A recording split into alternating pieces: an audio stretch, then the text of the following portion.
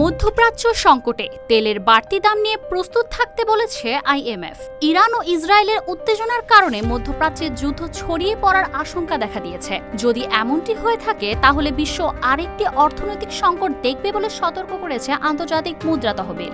আন্তর্জাতিক মুদ্রা তহবিলের international monetary and financial committee of the board of গভর্নেন্সের সভায় সদস্য দেশগুলোর অর্থমন্ত্রী ও কেন্দ্রীয় ব্যাংকের গভর্নরদের অংশ নেওয়ার প্রথা রয়েছে। বাংলাদেশের পক্ষে অর্থ সচিব ও ডেপুটি গভর্নর সভায় যোগ দেন। বৈঠক শেষে সংবাদ সম্মেলনে আইএমএফ এর এমডি বলেন, অর্থনৈতিক সংকট এড়াতে চাইলে অর্থনৈতিক কাঠামো সংস্কার করতে হবে। নতুন করে বিপাকে পড়ার আগেই সংকটে থাকা দেশগুলোর কর কাঠামো ও রাজস্ব ব্যবস্থাপনা ঠিক করতে হবে।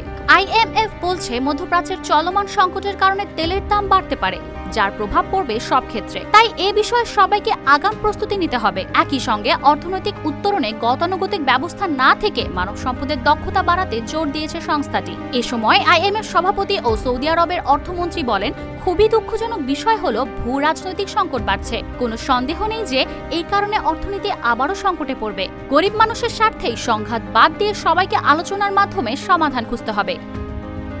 নিউজ ডেস্ক, মানজু মাফরুজ নীলিমা, সবার কথা।